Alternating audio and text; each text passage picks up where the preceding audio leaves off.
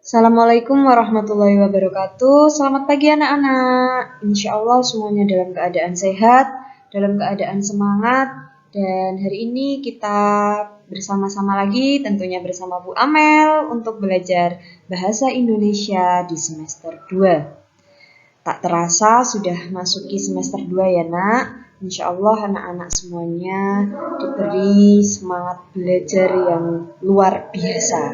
Yuk kita sama-sama kenalan dulu dengan materi di semester 2 ini.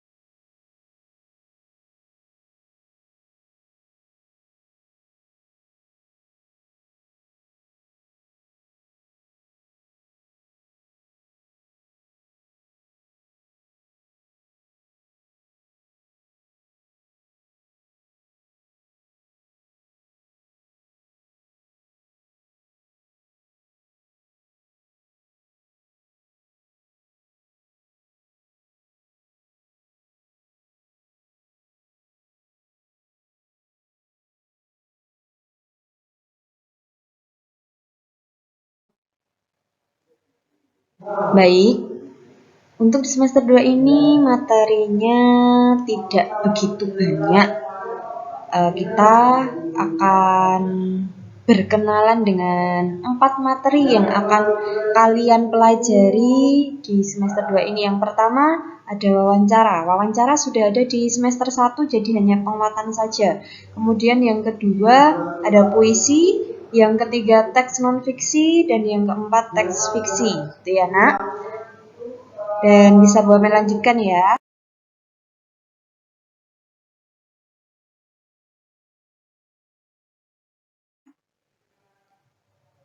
Baik anak-anak, untuk memasuki pertama kali di semester 2 ini kita ke tema 6. Tema 6 itu cita-citaku. Dan nanti kita akan belajar tentang aku dan cita-citaku di subtema satunya ya. Karena nanti di tema 6 ini ada 3 subtema. Untuk subtema yang pertama aku dan cita-citaku. Yuk kita simak.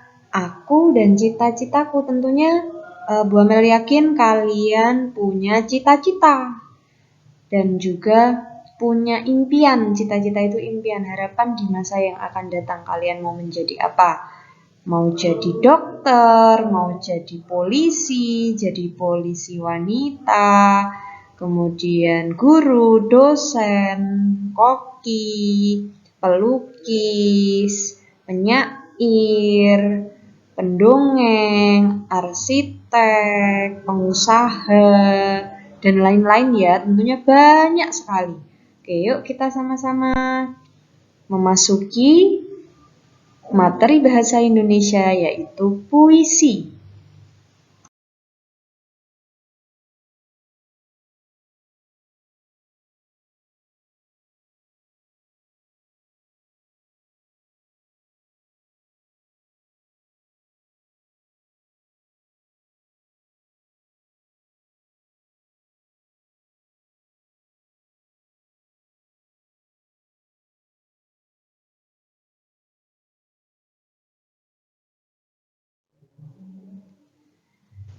Ya, karena tema 6 ini tentang cita-cita, maka nanti puisinya bertemakan cita-cita yang akan kita bahas, yang akan kalian buat nantinya, kita sama-sama membuat.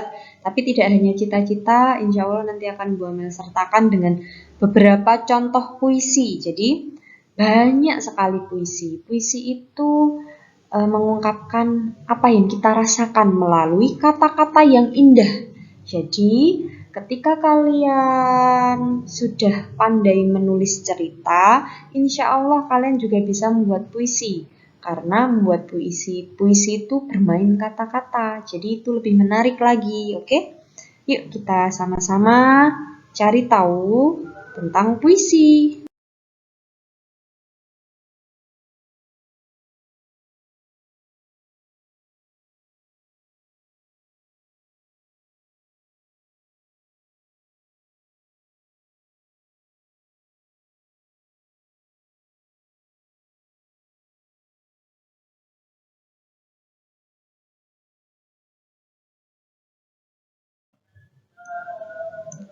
Baik anak-anak, kalian harus tahu yang membuat puisi atau menulis puisi itu disebut apa sih? Nah, pengarang syair atau pengarang puisi itu disebut penyair. Penyair juga sering disebut pemuisi. Jadi, ketika sudah mempunyai karya puisi, maka yang menulis itu adalah penyair atau pemuisi itu ya nak, oke? Yuk kita lanjut untuk mengetahui arti dari puisi.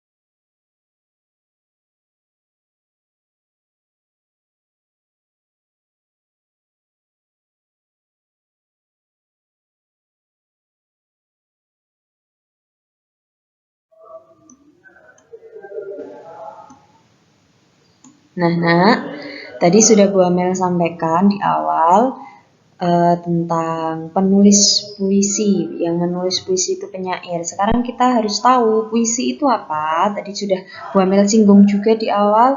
Puisi adalah karya sastra yang diungkapkan dengan bahasa yang indah. Puisi terdiri atas bagian-bagian yang merupakan kumpulan kata-kata yang disebut dengan baris puisi. Baris-baris puisi terkumpul menjadi bagian-bagian yang disebut bait puisi. Nah, Bu Amel juga menggambarkan ya, supaya kalian lebih jelas lagi. Kumpulan kata-kata itu Bu Amel gambarkan garis lurus. Nah, itu namanya baris. Di sini ada berapa baris? 1, 2, 3, 4. Ada 4 baris. Dan kumpulan dari baris tadi menjadi bagian-bagian apa namanya itu disebut bait, gitu ya. Jadi insya Allah kalau kalian mau mendengarkan, perhatikan, kalian sudah bisa ya perbedaannya baris dan bait. Oke, sip, pintar. Tentunya sudah bisa ya.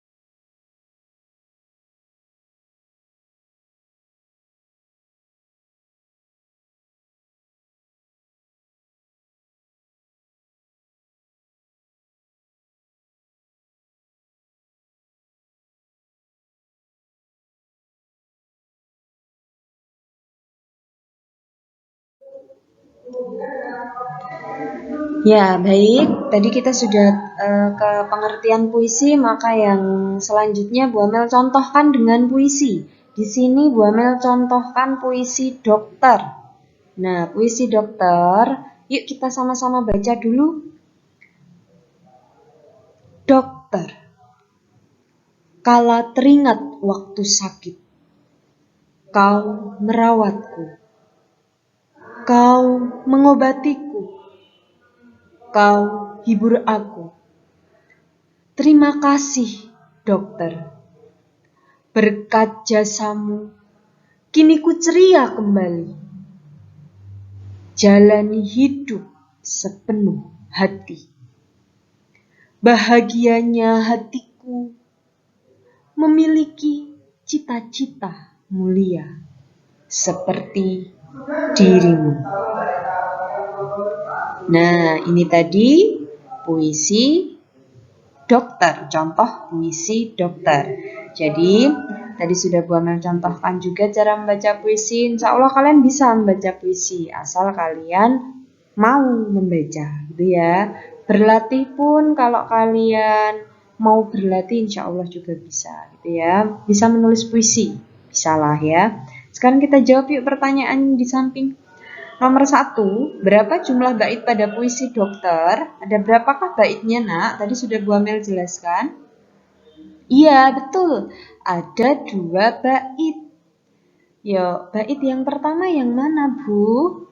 Bait yang pertama ini, kala teringat waktu sakit, kau merawatku, kau mengobatiku, kau hibur aku, itu bait pertama. Bait kedua, terima kasih dokter, berkat jasamu kini ku ceria kembali, jalani hidup sepenuh hati, bahagianya hatiku memiliki cita-cita mulia seperti dirimu. Nah, itu ya, nak. Sudah jelas ya? Nah, sekarang ke pertanyaan kedua. Berapa baris dalam satu bait puisi dokter? Berapa baris, nak? Tadi yang bait pertama, ada berapa baris? Kala teringat waktu sakit, 1 baris. Kau merawatku, 2 baris. Kau mengobatiku, 3 baris. Kau hibur aku, 4 baris. Maka bait pertama ada 4 baris. Kemudian bait kedua, terima kasih dokter, 1 baris. Berkat jasamu, 2 baris. Kini ku ceria kembali, 3 baris. Jalani hidup sepenuh hati, 4 baris. Bahagianya hatiku, 5 baris. Memiliki cita-cita mulia, 6 baris. Seperti dirimu, 7 baris. Maka bait kedua ada 7 baris. Oke, bisa, nak? Ya, sip. Insya Allah bisa ya. Jadi kita lanjut ya, nak.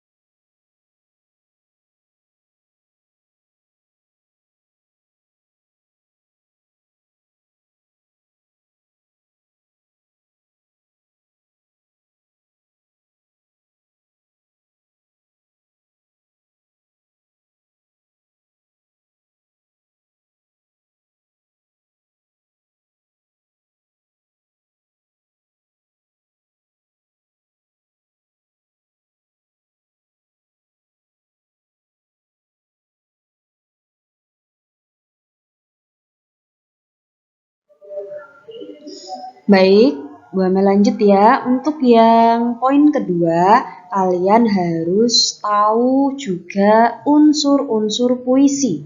Apa itu unsur-unsur puisi?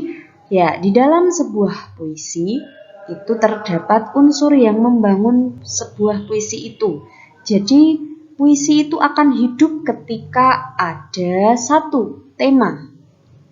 Tema adalah ide pokok yang mendasari sebuah puisi.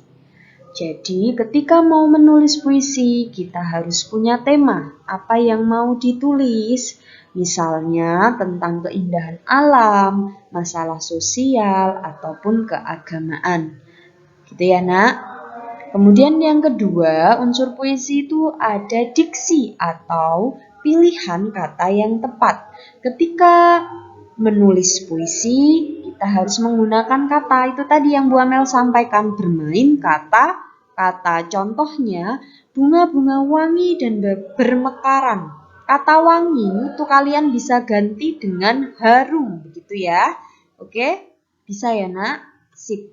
Lanjut untuk yang ketiga, unsur puisi ada baris dan bait. Tadi di awal sudah Bu Amel sampaikan, untuk baris dalam bait digunakan untuk menentukan bentuk puisinya. Contoh puisi dokter tadi ada 2 bait. Barisnya setiap baitnya berbeda karena puisi dokter merupakan puisi yang bebas, puisi modern tanpa terikat. Terikat apa? Kita lanjut ya, Nak.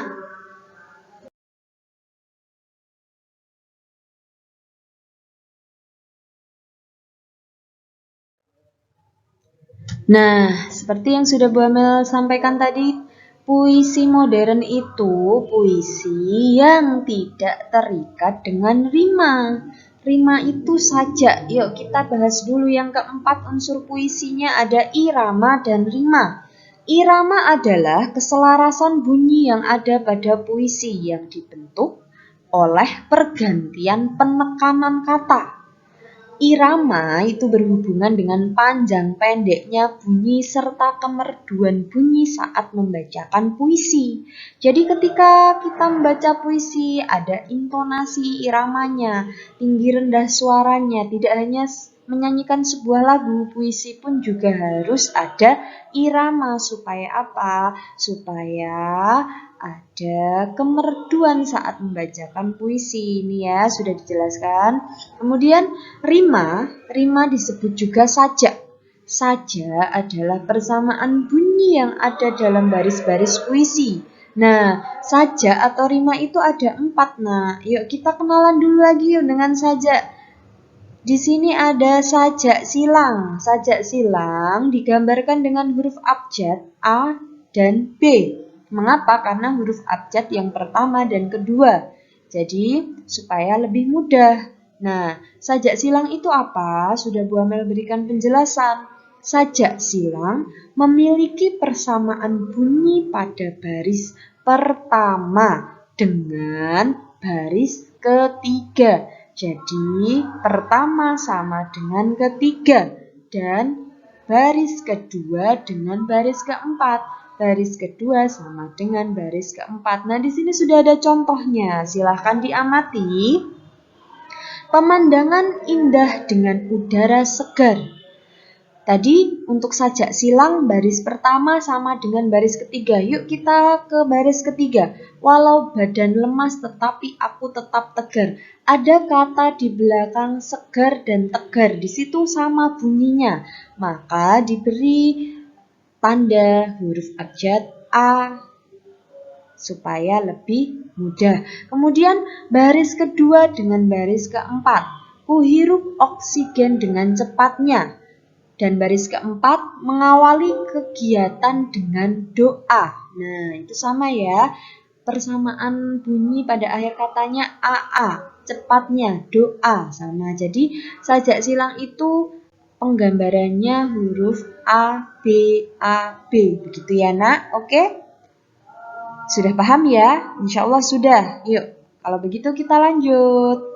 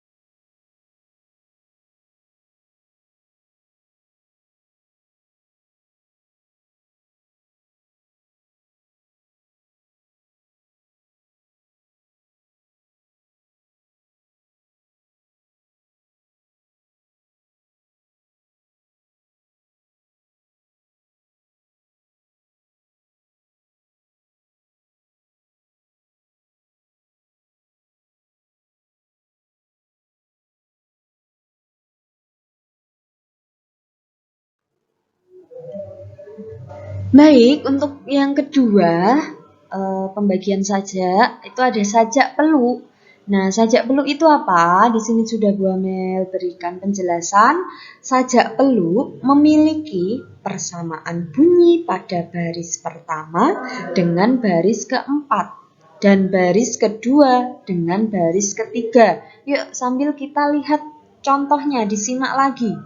Di sini untuk sajak peluk tadi baris pertama sama dengan baris keempat. Kita lihat dulu baris pertama.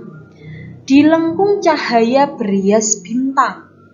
Sama dengan kata di baris keempat. Engkau menantikan datang, bintang datang. Itu sama ya bunyinya, persamaan bunyinya. Kemudian baris kedua sama dengan baris ketiga persamaan bunyinya. Cahaya bulan di ombak menitik. Embun berdikit, turun menitik. Nah, itu sama-sama persamaan bunyi menitik-menitik. Maka sajak peluk dilambangkan A, B, B, A. Begitu ya, Nak? Oke? Bisa ya? Ya, kalau begitu lanjut.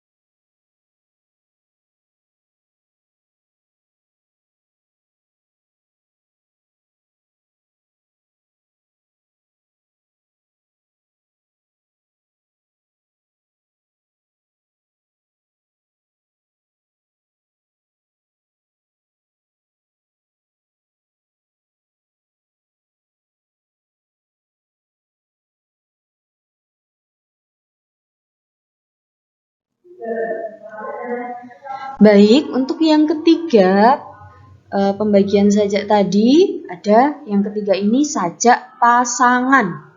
Sajak pasangan itu memiliki persamaan bunyi pada baris pertama dengan baris kedua dan baris ketiga dengan baris keempat. Tuh ya. Nanti lambangnya sajak pasangan A, B, B berpasangan A dengan A, B dengan B, begitu ya. Ini ada contoh puisinya juga, silahkan disimak. Ketika beta terjaga dini hari, pertama dengan baris kedua, melihat alam sepermai ini, hari ini. Nah, di situ ada persamaan bunyi ii, maka dilambangkan dengan AA. Kemudian terasalah beta darah baru, gembira berdebur di dalam kalbu. Nah, baru kalbu di situ juga ada persamaan bunyinya, maka dilambangkan dengan BB. Jadi sajak pasangan itu nanti lambangnya AA, BB, gitu ya. Oke, bisa? Sip, bentar lanjut. Yang terakhir untuk pembagian sajak itu ada sajak, yuk kita simak.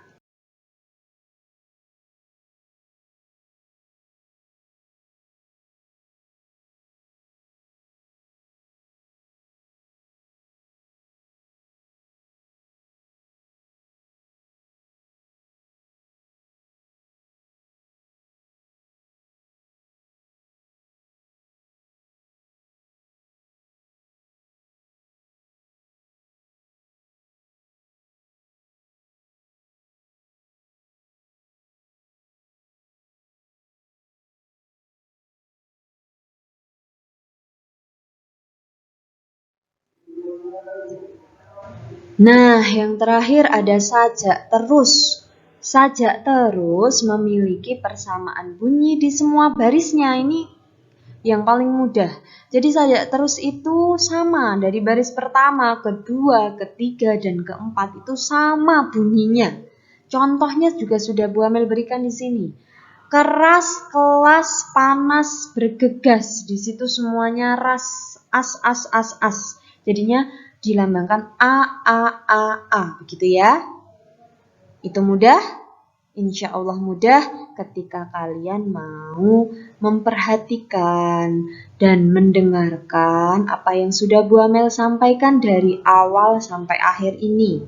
Untuk hari ini, untuk pembelajaran minggu ini, Bu Amel sampaikan dulu untuk yang dasar-dasar pengenalan puisi ini. Jadi silahkan kalian ulangi kembali nanti untuk penjelasan Bu Amel supaya lebih jelas lagi ya nak. Dan Bu Amel akhiri untuk hari ini, insya Allah kita semuanya sehat. Jangan lupa ketika kalian berada di luar, jaga jarak dan juga pakai masker dan sering-sering cuci tangan, jaga kesehatan. Yang penting itu, oke nak? Semangat semuanya, selamat belajar. Assalamualaikum warahmatullahi wabarakatuh.